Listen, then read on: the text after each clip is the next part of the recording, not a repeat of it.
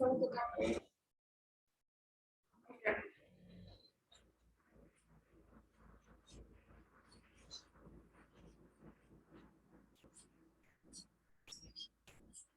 आप लोग हेडिंग लगा लो, application of adsorption, application of adsorption.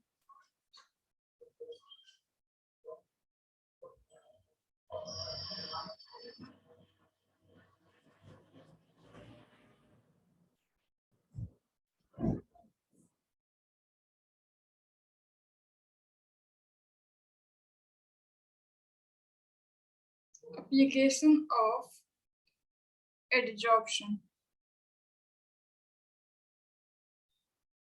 Okay, इसका क्या क्या एप्लीकेशन है, क्या क्या यूजेस है, इसके बारे इसका कुछ आप, मैं आपको कम से कम 8-10 पॉइंट लिखा देती हूँ, आप 5-6 याद रखना। मैं भी बोर्ड में पूछ दे, अदरवाइज कुछ इसका काम नहीं है वैसे, लेकिन बोर्ड में पूछ सकते हैं। तो लिखिए production of high vacuum, production of high vacuum. कहीं पे बहुत ज्यादा वैक्यूम क्रिएट करना है तो वहां पे जितने भी गैसेस अगर थोड़ा बहुत बच गए हैं उनको कोई एडजॉर्बेंट डाल करके एडजॉर्ब करा दो। तो प्रोडक्शन ऑफ हाई वैक्यूम हो गया। दूसरा हो जाएगा गैस मास्क, गैस मास्क में इसका यूज होता है। तीसरा कंट्रोल ऑफ ह्यूमिडिटी, मॉइस्चर को एब्जॉर्ब करा दो। कंट्रोल ऑफ, मच्छर आ रहा सामने तंग कर रहा, control of humidity. Okay, fourth हमारा removal of coloring, removal of coloring matter from solution, removal of coloring matter from solution।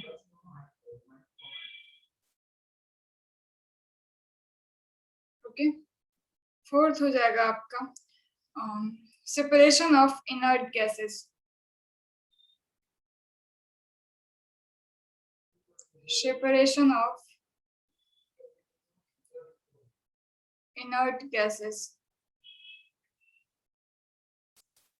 पांचवा हेट्रोजीनियस कैटलिस्ट, तो कैटलिस्ट में तो कैटेलाइसिस हो जाएगा। हेट्रो, ये अभी समझ में आएगा आगे हम लोग जब पढ़ेंगे तो। हेट्रोजीनियस कैटेलाइसिस ये आज आप लोग समझोगे क्या होता है। मैम ये 6 पॉइंट है ना, 5 लिख दी और 4 2 बार। चलो आप मन मन में तो सही पढ़ लिए थे कम से कम।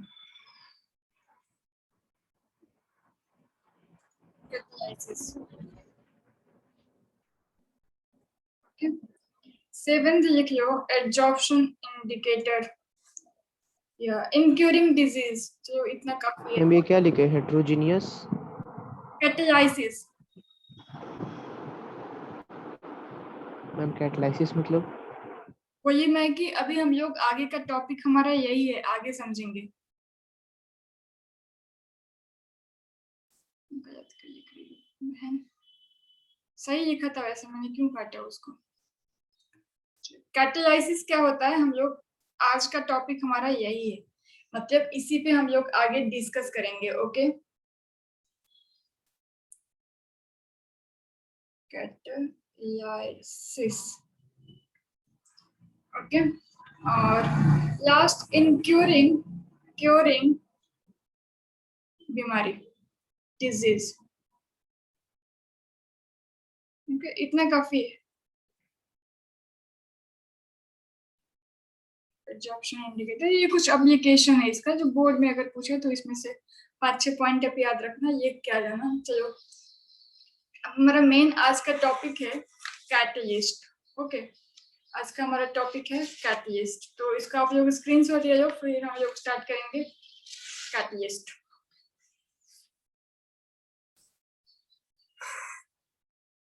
Done, okay. Ma'am gas mask का कहाँ पे यूज होता है? गैस मास्क का कहाँ पे यूज होता है? गैस मास्क का यूज होता है कुछ कारखानों में, ठीक है। जैसे चारकोल मास्क होता है, तो चारकोल मास्क क्या करता है, जो डेंजरस गैसेस है उसको एब्जॉर्ब करता है ना। तो उस चारकोल मास्क में भी हमारा ये एप्लीकेशन ऑफ एब्जॉर्प्शन है, तो उसको भी हम लोग उसमें भी कह सकते हैं कि गैस मास्क इसका यूज है, बट एक्चुअली मास्क के अंदर गैस नहीं हो रहा है, वो मास्क गैसेस को एब्जॉर्ब कर रहा है, हार्मफुल गैसेस को। ओके, ये ऐसा मास्क जो गैसेस को एब्जॉर्ब कर रहा हो, है ना, तो उसको ओके मैम। हाँ, जिसमें हम लोग एक्टिवेटेड चारकोल डालते हैं। ओके, और भी चीजें रहती हैं साथ में एक्टिवेटेड चारकोल रहते हैं। ओके, चलो आप लोग हेडिंग लगा लो, कैटलिस्ट।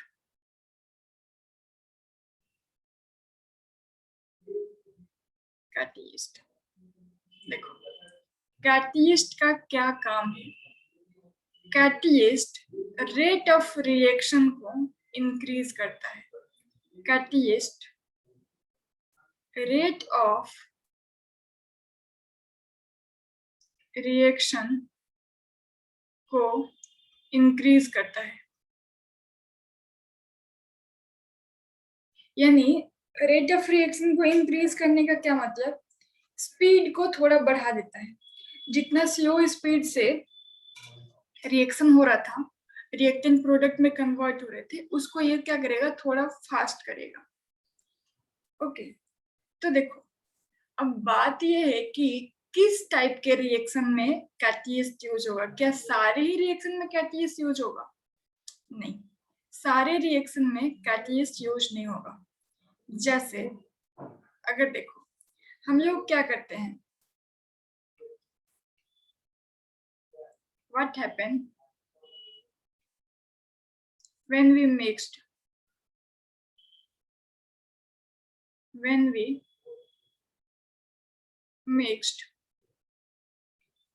क्या मिक्स करेंगे, NaOH एंड HCl। देखो 10th में आपने पढ़ा था NaOH हमारा बेस है, HCl एसिड है, और जब भी एसिड और बेस रिएक्शन करते हैं तो सॉल्ट और वाटर बनाता है, ठीक है। तो एक तो बन जाएगा H2O और एक बनेगा सॉल्ट यानी NaCl। तो एसिड बेस रिएक्शन करके न्यूट्रलाइज हो जाता है, न्यूट्रलाइज करता है एक दूसरे को और सॉल्ट और वाटर बनाता है। ये रिएक्शन होने में कितना टाइम लगता है?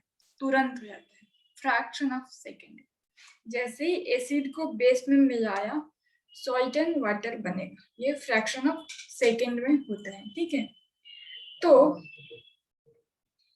इसको ऐसे रिएक्शन को जो तुरंत हो जाता हो, कुछ ही चंद लम्हों में हो जाता हो, वैसे रिएक्शन के लिए हम लोग उस रिएक्शन का स्पीड बढ़ा के क्या करेंगे, है ना, वो तो ऑलरेडी सुपर फास्ट है, उसका रिएक्शन का स्पीड बढ़ा करके हम लोग क्या करेंगे, ठीक है। वैसे रिएक्शन में हम लोग कैटलिस्ट को यूज नहीं करेंगे। ओके, जैसे अगर इसी में अगर आपको एग्जांपल लेना है तो सपोज आप AgNO3 ले लो। अगर इसका भी HCl के साथ रिएक्शन कराओगे, ये हमारा एसिड हो गया, ये हमारा सिल्वर एसीटेट क्या हो गया, सॉरी सिल्वर नाइट्रेट क्या हो गया, हमारा बेस हो गया। तो यहाँ पे भी सॉल्ट और वाटर बनेगा AgCl, और साथ में आपको क्या बन जाएगा, इसका प्रेसिपिटेट बनता है white PPT। Okay, by product से हमको मतलब नहीं है, बस ये समझो व्हाइट PPT बनेगा, ठीक है। तो ये प्रेसिपिटेट ना तुरंत बनने लगता है, AgCl की व्हाइट प्रेसिपिटेट तुरंत बनने लगता है। तो ऐसे रिएक्शन जो सुपर फास्ट हो, इनके लिए, सुपर फास्ट रिएक्शन के लिए कैटलिस्ट का यूज नहीं होगा। सुपर फास्ट रिएक्शन के लिए कैटलिस्ट का यूज हम लोग नहीं करेंगे, ठीक है। ओके, तो देखो कुछ ऐसे रिएक्शन हैं जो कुछ सेकंड में हो जाते हैं, ठीक है, सेकंड में, या फिर कह सकते हो फ्रैक्शन ऑफ सेकंड हो जाते हैं। सर्टेन रिएक्शन ऐसे भी हैं जो इयर्स, 6 मंथ, 2 years, 3 years ऐसे टाइम लेते हैं। उनको हम लोग कहेंगे सुपर स्लो, ओके, या फिर वेरी स्लो एग्जाम्पल जैसे। तो ये हमारा सुपर फास्ट में नहीं यूज होगा। अगर हम लोग बात करते हैं तो rusting of iron other example है, okay, other example rusting of iron.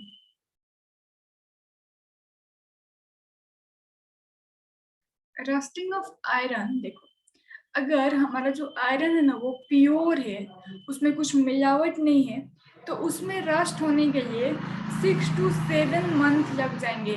वो भी तब जब आप इसको ओपन में रखे हो, जहाँ पे कुछ पानी के बूंदे, कुछ ह्यूमिडिटी, कुछ मॉइस्चर आ रहा है। अगर आप ओपन में रखे हो तो प्योर आयरन पे रस्ट होने के लिए कम से कम 6 to 7 मंथ लगेगा, ठीक है। तब वो भी तब जब ज्यादा बारिश वारिश में उसको रखे हो, नहीं तो साल लग जाते हैं, ठीक है। कब? नेकेड आयरन, ऐसा नहीं कि उसको पेंट कर दिया फिर रखा है, होशियारी दिखा के नहीं रखना है, खुले रखना है, मतलब अनपॉलिश्ड नेकेड आयरन होना चाहिए, तो उसके लिए, ठीक है। तो ऐसे इक्वेशन को हम लोग क्या बोलेंगे? वेरी स्लो इक्वेशन या फिर सुपर स्लो इक्वेशन, ठीक है। तो हमारा जो सुपर स्लो रिएक्शन होता है ना, इसमें भी कैटलिस्ट का यूज नहीं होगा। सुपर स्लो रिएक्शन में भी कैटलिस्ट का यूज नहीं होगा, ठीक है। ओके, क्योंकि ऐसे रिएक्शन में भी हम लोग को जरूरत नहीं पड़ता, कौन चाहेगा कि अपने आयरन को रस्ट करा दे, ठीक है। तो ध्यान रखना, कैटलिस्ट का use super fast and super slow reaction में नहीं होता है, ठीक है। लिख लो, यहाँ पे लिख लो, catalyst is not used. Catalyst को मैं और डिफाइन कराऊंगी आपको, भाई अभी आप थोड़ा समझ लो बस, आगे मैं डिफाइन कराऊंगी।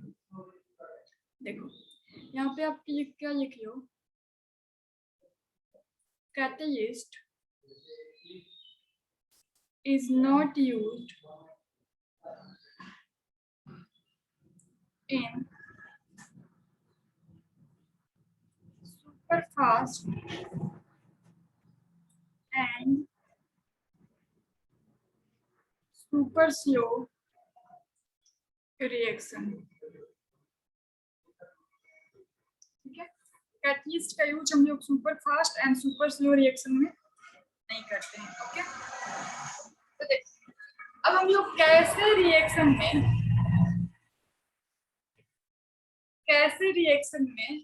कैटलिस्ट का यूज करेंगे। ऐसे रिएक्शन जो 3 आवर, 4 आवर, 15 आवर ऐसे ड्यूरेशन में हो, ठीक है, कुछ घंटों में हो रहा हो, यानी मॉडरेट रिएक्शन, ठीक है, फाइनाइट टाइम कुछ घंटों में हो रहा हो, ऐसे रिएक्शन में हम लोग क्या करेंगे?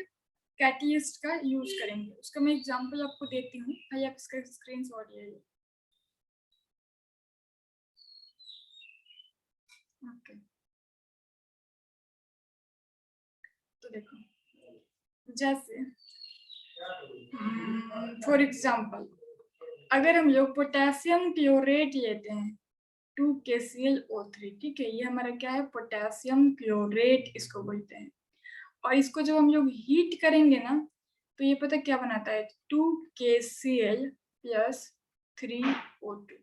अब देखो, पोटेशियम क्लोरेट को हीट करके हम लोग को क्या मिल रहा है? ऑक्सीजन मिल रहा है, और ये ऑक्सीजन हमारा फ्रेश ऑक्सीजन होता है, जो हमारे लिए बहुत यूजफुल होता है, ठीक है।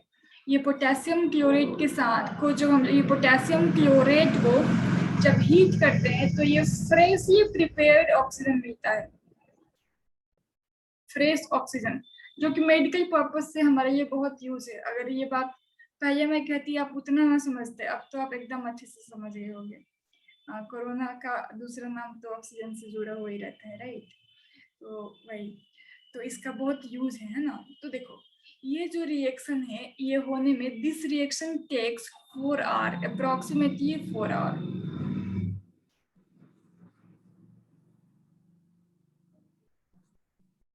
This reaction takes 4 hour. अब बताओ, आपके पास पोटेशियम क्लोरेट रखा है, एक पेशेंट आया, उसको फ्रेश ऑक्सीजन की नीड है, उसको सांस लेने में दिक्कत हो रही है।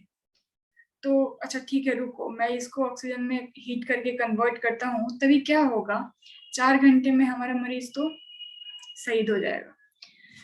कितना, बिना ऑक्सीजन का लगभग आधे घंटे, 10-15 मिनट ऐसे देर तक सर्वाइव कर सकते हैं। आधे घंटे शायद मुझे लगता है कर सकते होंगे मैक्सिमम, अगर या थोड़ा और कर सकते हैं, जो भी डिपेंड करता है कितना लेवल है उनके ऑक्सीजन का। बट 4 आवर तो बहुत ज्यादा टाइम है, इतना में तो पेशेंट पार हो सकते हैं। तो क्या करना पड़ेगा, यहाँ पे हमको कुछ करना होगा कि ये जो है ना वो 4 आवर की जगह कुछ मिनट में आ जाए, रिएक्शन हमें ऑक्सीजन कुछ मिनट में दे दे। तो हम लोग क्या करेंगे, देखो हम लोग 2KClO3 को लेंगे, इसको हीट तो करेंगे, बट यहाँ पे साथ में क्या करेंगे, MnO2 मैग्नीज ऑक्साइड डाल देंगे। ठीक है, MnO2 मैग्नीज ऑक्साइड डाल देंगे। ये क्या है, हमारा कैटलिस्ट। कैटलिस्ट के बारे में भी बहुत इंफॉर्मेशन आपको जानना है, दिल थाम के बैठो, सारा इंफॉर्मेशन मिल जाएगा। ठीक है, अब हम लोग जब MnO2 को डालें तो क्या बनेगा, बनेगा वही 2KCl + 3O2। बट पता है कितने देर में बनेगा, विदिन 15 मिनट।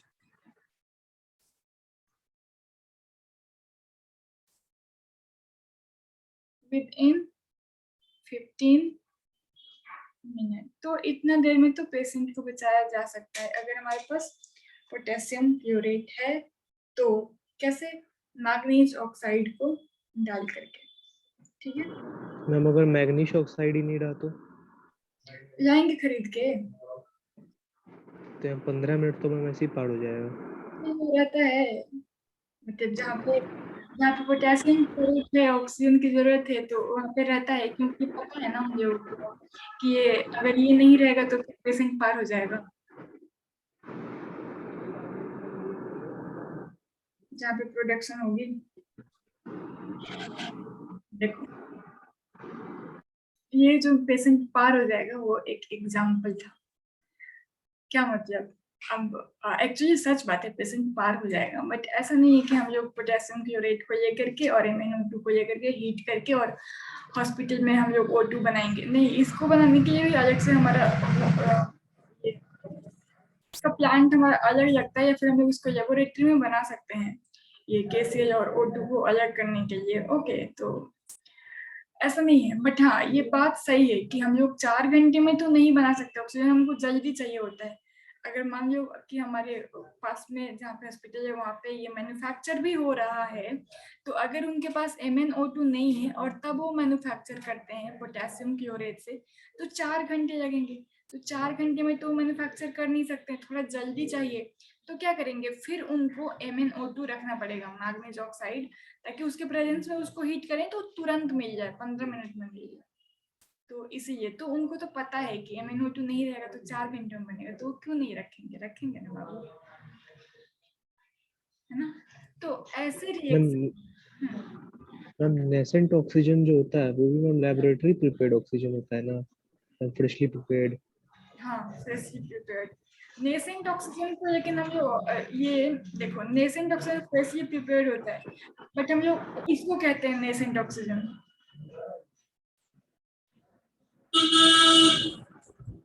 और ये क्या है, ये नेसेंट ऑक्सीजन है और ये हमारा ऑक्सीजन है,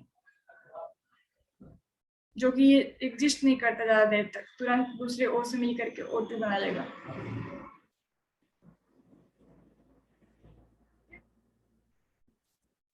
समझ गए क्या मैंने बताया। नहीं मैम, हॉर्न का आवाज आ रहा था। अच्छा, नेसेंट ऑक्सीजन हम लोग कहते हैं इसको, इकलौता O को, एक एटम, ऑक्सीजन एटम जब बनता है उसको नेसेंट ऑक्सीजन कहते हैं, और ये हमारा ऑक्सीजन गैस हो गया। बट ये जो नेसेंट ऑक्सीजन है ना, इकलौता O, वो ज्यादा देर तक एग्जिस्ट नहीं करता है, क्योंकि ऑक्सीजन एग्जिस्ट करता है O2 के फॉर्म में। तो नेसेंट ऑक्सीजन इसको कहते हैं, इकलौता O को। समझ रहे हो। Yes ma'am. ठीक है, तो बोलो इसमें आप लोगों को कोई दिक्कत नहीं ना। स्क्रीनशॉट लो, फिर मैं आपको डिफाइन करा देती हूँ ये एक बार पहले, फिर आगे बढ़ते हैं। अच्छा, एक बात ध्यान रखना, आगे लिखाऊंगी भी, कैटलिस्ट कभी ना केमिकल रिएक्शन में पार्टिसिपेट नहीं करता है। मतलब पार्टिसिपेट नहीं करता है इन द सेंस कि वापस से आपको वो मिल जाएगा एट द एंड, रिएक्शन खत्म होने के बाद वो प्रोडक्ट में नहीं चेंज होगा। कैटलिस्ट जो आपने डाला था वो वापस आपको मिल जाएगा। इंटरमीडिएट भले बनाता है, आगे देखेंगे डिटेल में, बट एट द एंड जो कैटलिस्ट आप डाले वो पूरा का पूरा आपको वैसे ही मिल जाएगा। ठीक है, चलो आप लोग स्क्रीनशॉट लो, ये ओके। तो थोड़ा सा डिफिनेशन लिख लो, हेडिंग लगा लो कैटलिस्ट, अच्छे से किताब किस लैंग्वेज में डिफाइन कर लो catalyst. Catalyst is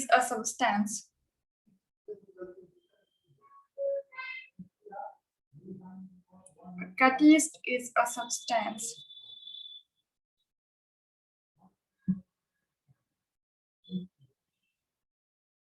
which is added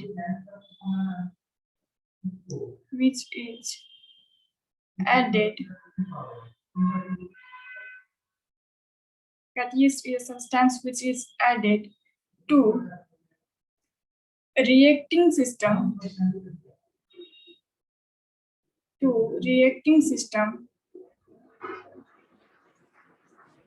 increasing the rate of the reaction।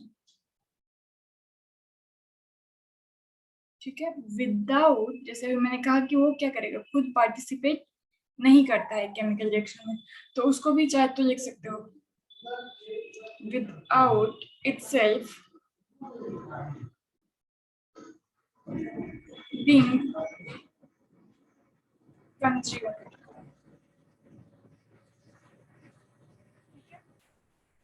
मतलब कह सकते हो कि ये केमिकल रिएक्शन में खुद अनरिएक्टिव रहता है, खुद रिएक्शन में पार्टिसिपेट नहीं करेगा। ओके, और ये रिएक्शन को कराएगा। क्लियर नहीं आई आज?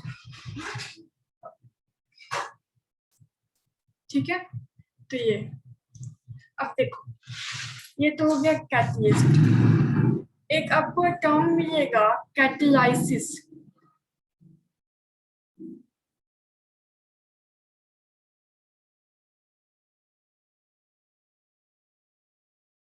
कैटेलाइसिस, तो देखो कैटेलाइसिस क्या होता है।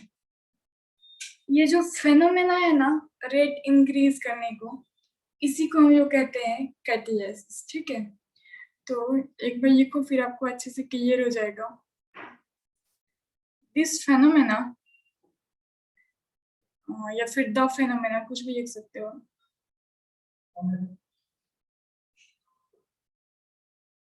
बहुत जल्दी 1 घंटा पार हो जाता है। The phenomena of increasing the rate of the reaction, the phenomena of increasing the rate of reaction with help of catalyst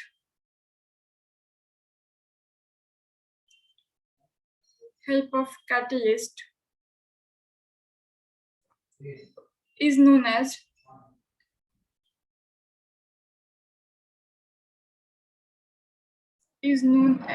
catalysis,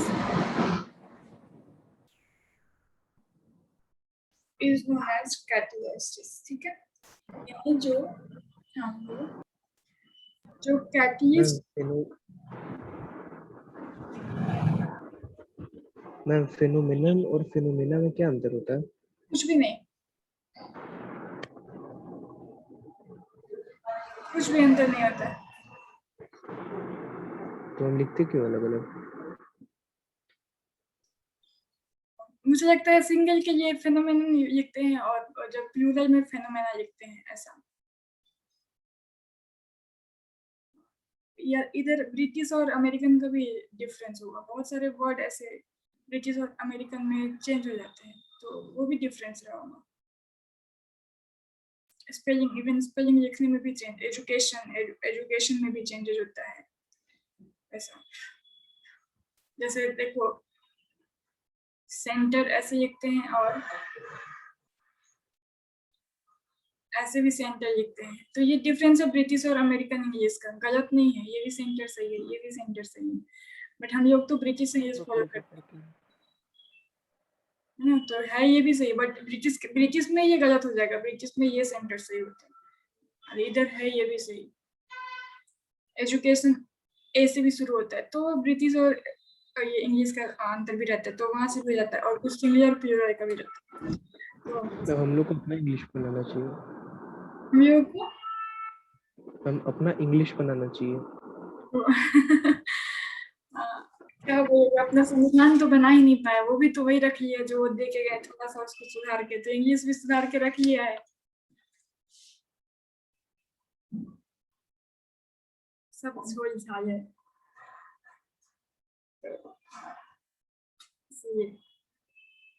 okay, तो देखो ये कैटलिस्ट के थ्रू रेट ऑफ रिएक्शन के इंक्रीज करने के फिनोमेना को हम लोग कैटालाइसिस कहते हैं।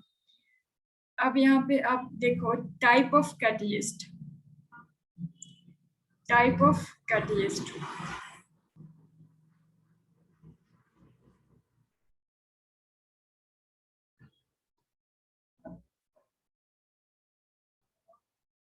कैटलिस्ट कितने तरह का होता है? कैटलिस्ट होता है दो तरह का, होमोजीनियस कैटलिस्ट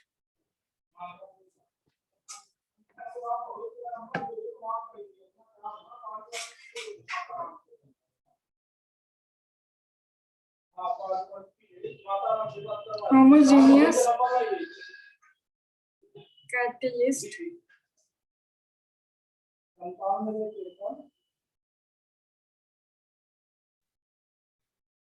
और दूसरा हेट्रोजीनियस कैटलिस्ट।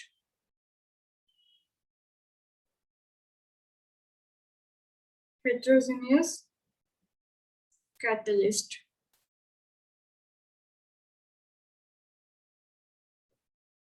ठीक है। देखो होमोजीनियस कैटलिस्ट और हेट्रोजीनियस कैटलिस्ट में क्या डिफरेंस है, यहीं पे लिखा दूं क्या थोड़ा सा? चलो यहीं पे लिख, catalyst which exist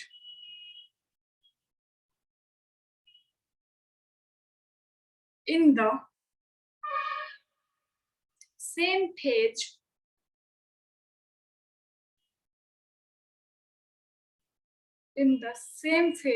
as a reactant या फिर as the reactant,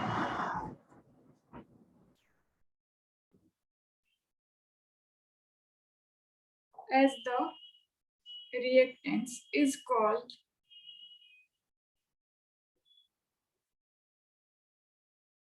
homogeneous catalyst। अब ये पूरा लिख लेना। क्या मतलब, देखो अगर हमारा रिएक्टेंट गैस है और वहां पे कैटलिस्ट भी गैस यूज कर रहे हैं तो होमोजेनियस कैटलिस्ट हो गया। अगर हमारा रिएक्टेंट लिक्विड है और कैटलिस्ट भी लिक्विड ले लिया तो हमारा होमोजेनियस कैटलिस्ट हो गया। बट अगर हमारा रिएक्टेंट का फेज अलग है और कैटलिस्ट का फेज अलग है तो हमारा हेट्रोजीनियस कैटलिस्ट हो गया। जैसे फॉर एग्जांपल आप रिएक्टेंट ले लिए गैस और कैटलिस्ट ले रहे हो सॉलिड या फिर लिक्विड, तो वो क्या हो जाएगा, हेट्रोजीनियस कैटलिस्ट। यानी फेज सेम तो होमोजीनियस कैटलिस्ट, फेज चेंज तो हेट्रोजीनियस कैटलिस्ट। तो यहाँ पे लिखो a catalyst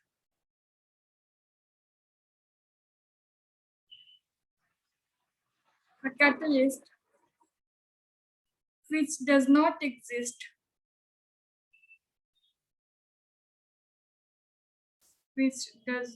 exist in the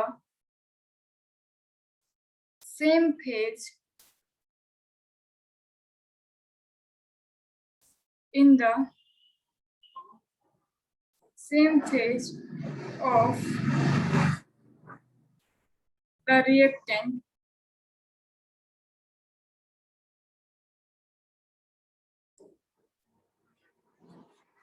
is called heterogeneous catalyst. अपने भाषा में लिख सकते हो और दूसरे भी वर्ड में कि अगर हमारा फेज चेंज हो गया रिएक्टेंट और कैटलिस्ट का तो हेट्रोजेनियस कैटलिस्ट कहलाएगा। ओके, अभी हम लोग इसके कुछ एग्जांपल देखेंगे फिर आगे बढ़ेंगे। आप लोग इसका स्क्रीनशॉट ले लीजिए। मैम एग्जांपल बताइए ना इसका। हाँ, मैं वही कह रही हूँ कि अभी आप लोग इसका स्क्रीनशॉट ले लो, इसको मैं मिटा दूं फिर इसका एग्जांपल लिखाऊंगी। ओके,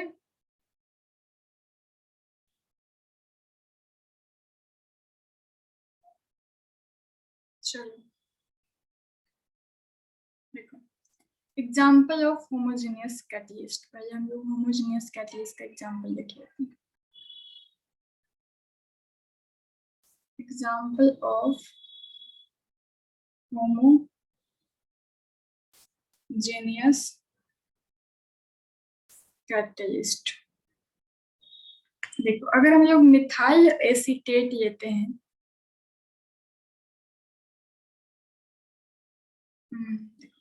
सपोज आपने मिथाइल एसीटेट ले लिया CH3COO2H5, इसको हम लोग कहते हैं मिथाइल एसीटेट।